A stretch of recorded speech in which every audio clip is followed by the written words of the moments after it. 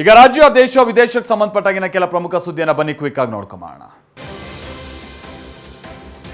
Bidadi township ಅನ್ನು ಪ್ರಶ್ನಿಸಿ ಸಲ್ಲಿಸಲಾಗಿದ್ದ ಪಿಐಎಲ್ ವಜಾಗೊಂಡಿದೆ. ಭೂಸ್ವಾಧೀನಕ್ಕೂ ಮುನ್ನ ಸಾಮಾಜಿಕ ಪರಿಣಾಮ ಅಧ್ಯಯನವನ್ನ ನಡೆಸಿಲ್ಲ, ಪುನರ್ವಸತಿಗೆ ಯಾವುದೇ ಕ್ರಮ ಕೈಗೊಂಡಿಲ್ಲ, ಸಾರ್ವಜನಿಕ ಹಿತಾಸಕ್ತಿ ಇಲ್ಲದ ರಿಯಲ್ ಎಸ್ಟೇಟ್ ಯೋಜನೆ ಇದಾಗಿದೆ ಅಂತ ಅರ್ಜಿದಾರ ಮೈಸೂರಿನ ಕೆಬಿ ರಾಜೇಶ್ ವಾದವನ್ನ ಮಂಡಿಸಿದ್ದರು.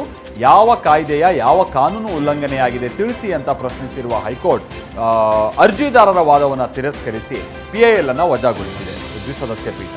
ಈ ಬಗ್ಗೆ ಪ್ರತಿಕ್ರಿಯಿಸಿರುವ ಸಿಎಂ ಅಧಿವೇಶನ ಇದೆ, ಅಲ್ಲಿ ಚರ್ಚೆ ಮಾಡೋಣ ಅಂತ ಹೇಳಿದ್ದಾರೆ. ಇನ್ನುಳಿದಂತೆ ಬೆಳಗಾವಿ ದೇವನಹಳ್ಳಿಯಲ್ಲಿ ಟೌನ್ಶಿಪ್ ವಿರೋಧಿಸಿ ಪ್ರತಿಭಟನೆ ಮುಂದುವರಿತಾ ಇದೆ.